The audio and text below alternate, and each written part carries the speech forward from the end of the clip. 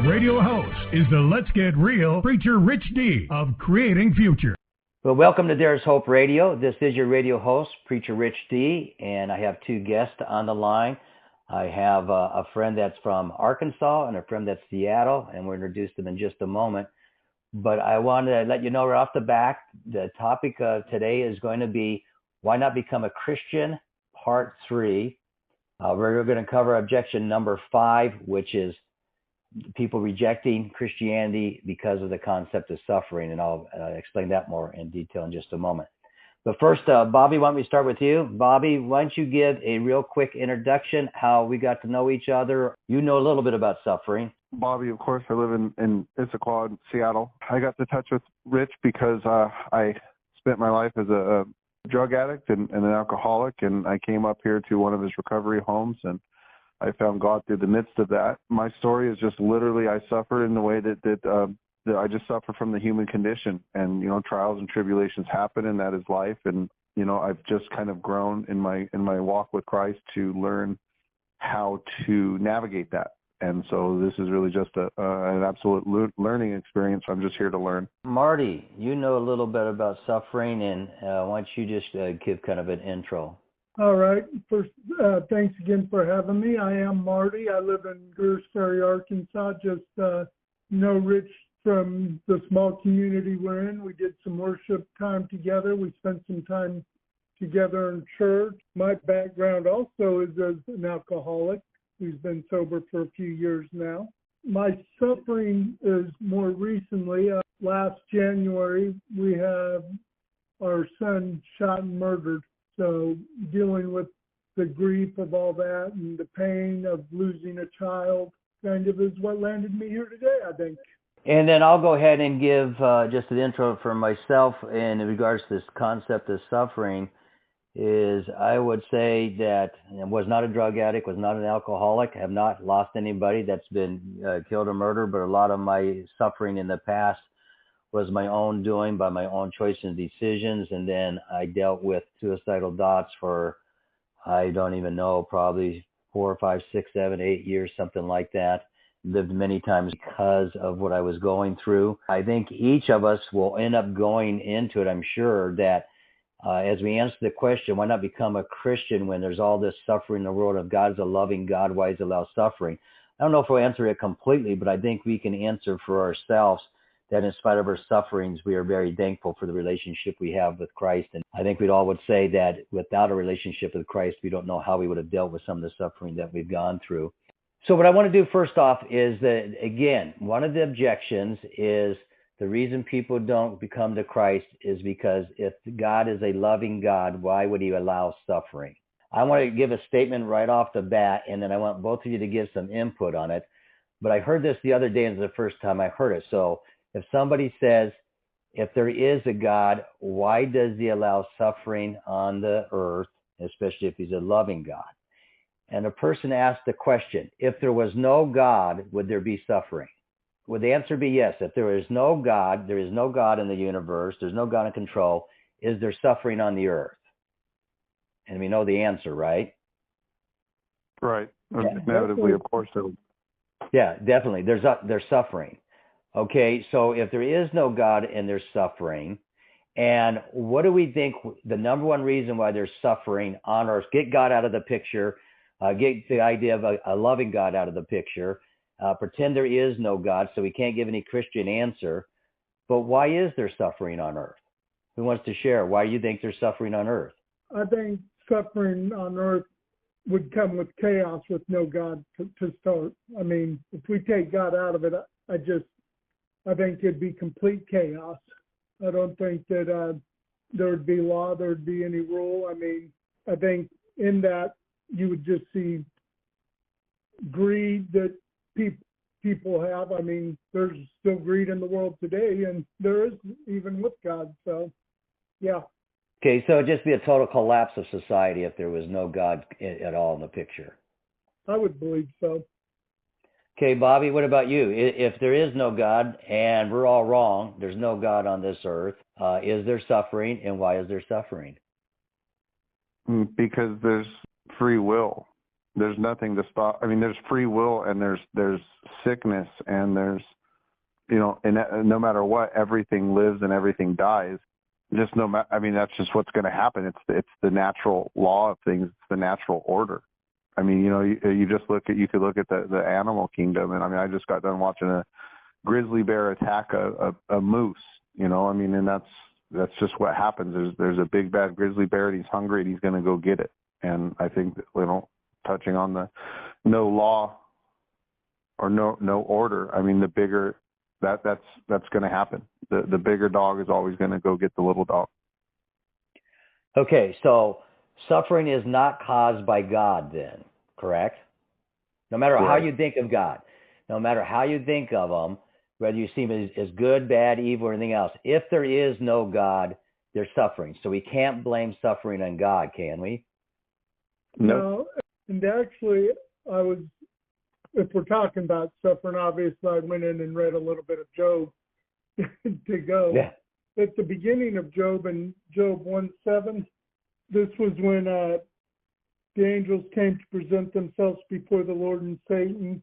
And then in 1:7 it says, the Lord said to Satan, where have you come from? Satan answered the Lord, from roaming throughout the earth, going back and forth on it.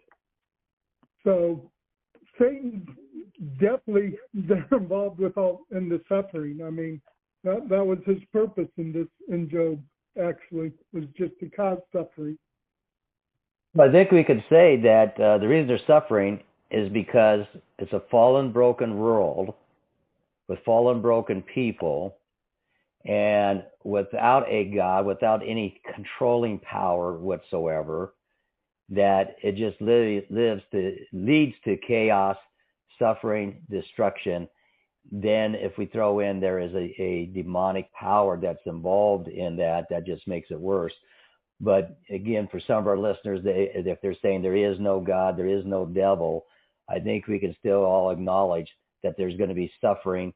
Ask the question, if there is no God and there is no evil, but yet there's still suffering.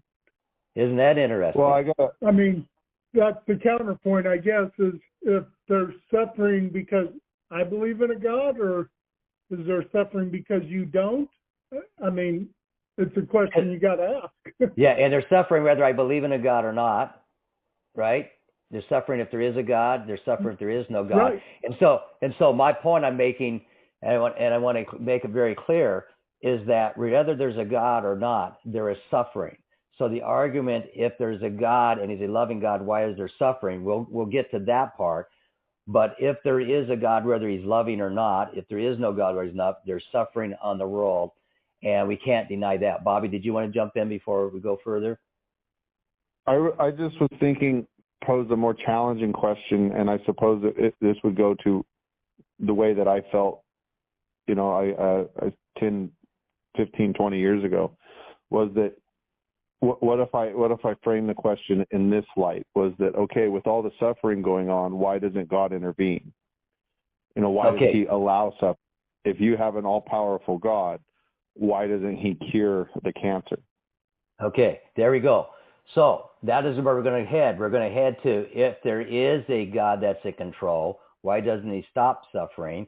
And if there's a God that's in control that is a loving God, why doesn't he stop suffering? We're going to tackle that, which there is no right or wrong answer to that. The Bible doesn't say specifically God allows suffering because, God doesn't allow suffering because. It doesn't address it in a black and white way, but I think the Bible very much addresses it. But this go back to, if there is no God and there's suffering, and there is a God, can it be there is a God that suffers himself seeing the suffering? In other words, when somebody says, if the God's a loving God, why does he allow suffering? If there is a God, why does he stop the suffering? Can we acknowledge that if there is a God, that God probably feels the pain and the suffering that we feel? Is that a fair statement? And am I made sense in what I said? Completely. Yeah, I'll address it this way. We are all children of God. as you know, as I'm a parent, I've had to discipline my children. There was suffering involved in that from both sides. I mean, when we have to discipline our children to correct them, not only did it affect our children, but as parents, it affected me. And I kind of think sometimes that that's what some of the suffering is discipline, because when everything's all peaches and cream, milk and honey, there's not a lot of growth. Great point. And so if there is a God and there is suffering on the earth, then just maybe, again, we're addressing this to people who are really skeptical and really questioning. They're finding every excuse why not to become a Christian, and this is the suffering one is one of the big excuses. But we could say if there is a God and he allows suffering, there's a reason for it. And we're going to cover some of those reasons why he might allow it.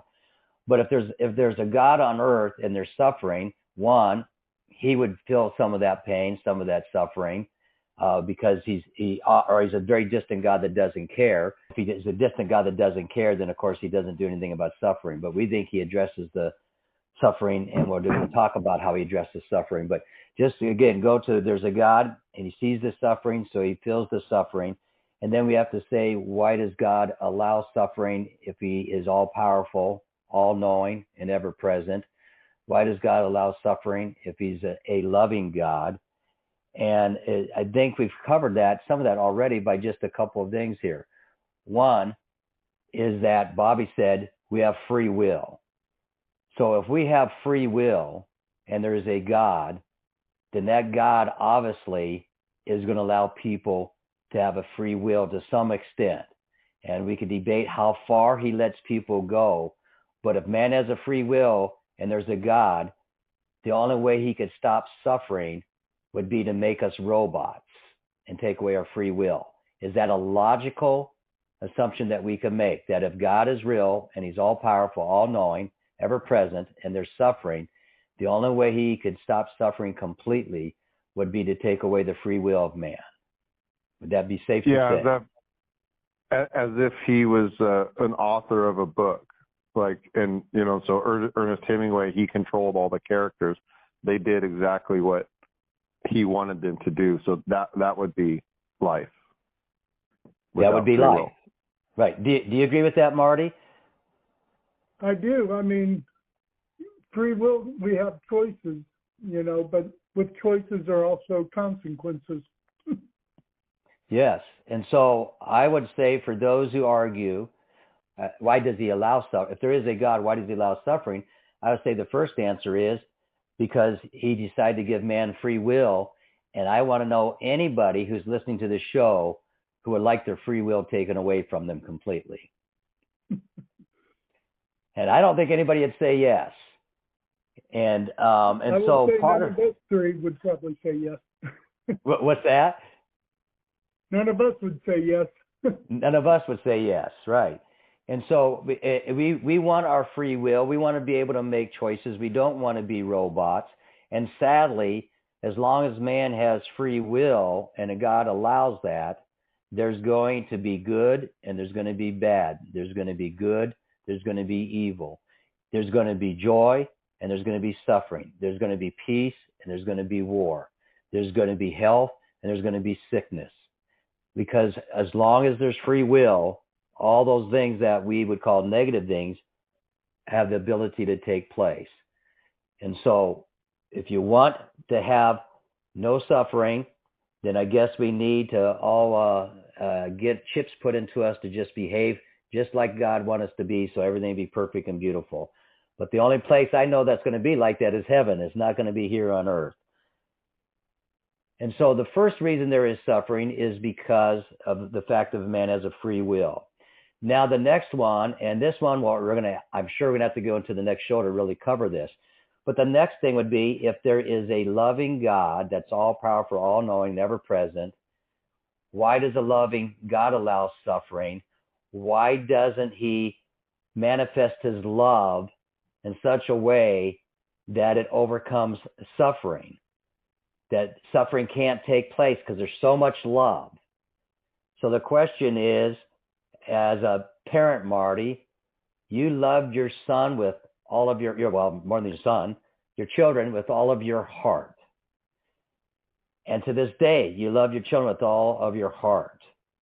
But as much as you love them, are you going to intervene in such a way that they absolutely do not suffer? I'm going to intervene, and sometimes that causes them more suffering. That's a good one. That's a good one. Sometimes you intervene and it causes them more suffering. And so I want us to look at that a little bit because, again, if God's a loving God, we think that somehow his love can intervene to stop suffering.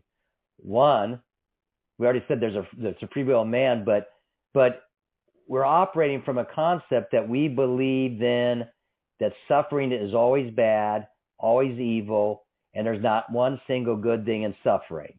Because if God's a loving God and then he would get rid of all the suffering, that means suffering must be bad somehow. And so the question is there ever a time that suffering is a good thing? And if it is, then a loving God can allow suffering. So is there ever a time that suffering is a good thing? Well, yeah, the verse that we read last week, I mean, that's probably one of the most powerful things I've ever read, and it's helped me. We could talk forever about what it's done for me the last week, but I think it was, what did we read? James 2:1. Oh, James 1:2. Yes, James 1:2. Consider James all 1, joy, 2. my brethren. Yeah, consider all joy, my brethren, when you encounter various trials, because it brings it into completion. Ultimately, is what it's saying. Well, yeah, and then it went on to say, I text you that too, was we kind of get a command there. It says that, I mean, we must be grateful. We must be like joyous during suffering. Consider it all joy in the midst of your suffering, your tribulations, your trial. It says trials and tribulations. It doesn't say suffering, but we know trials and tribulations bring suffering. So consider it all joy. Now, we're going to talk about in the next show how can we find joy in it, because that's really going to tie into Marty's story, and it's going to tie into Bobby's story and my story, is that you can find joy in the midst of it. Can we say that suffering can be good, suffering can be bad, and can we say that some of that is our own perspective about suffering? That was all it. I mean, because when it comes down to it, there's we have a choice, and I've learned this so many times throughout my struggle, but there really is two ways to go. And I mean, I can literally look at, and I've been in I've had the same circumstances exactly, and I've lived months and months and months inside of me making a choice of this is bad, this is terrible, this is no good. I mean, if that's my mindset, then it's really, really a struggle. But when I read a Bible verse like that, and I hear that, okay, be grateful, because I only need to look at my own past, and I understood fully that my past, and I have struggled a lot, but that today has made me into a much stronger person, and I use that past to help other people, and it brings me so much joy to do so. So that pain has become a strength and something that makes me feel so good. So knowing that, and I could cite 1,000 examples of that, but knowing that when next time I'm in a little pain or suffering, instead of having the attitude of poor me, this is so bad, I can't believe this is happening to me, to change that and say, thank you, God, thank you for this. I can't wait to see what's going to happen, because I know that I'm going to come out. I know that if I trust you and I rely on you, this is going to come out better. And I don't have anything ever of my past to make that statement not true.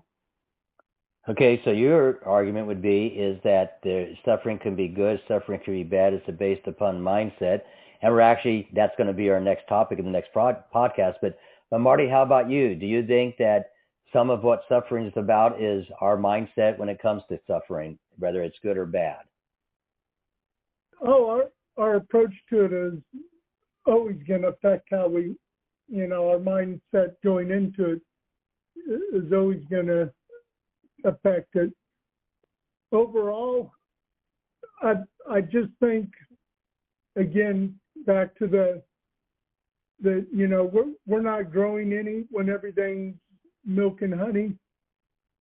When everything's perfect in our lives and all that, most people are usually pretty content. When everything was good in my life, which granted hasn't always been a lot of the time, there's always something going on.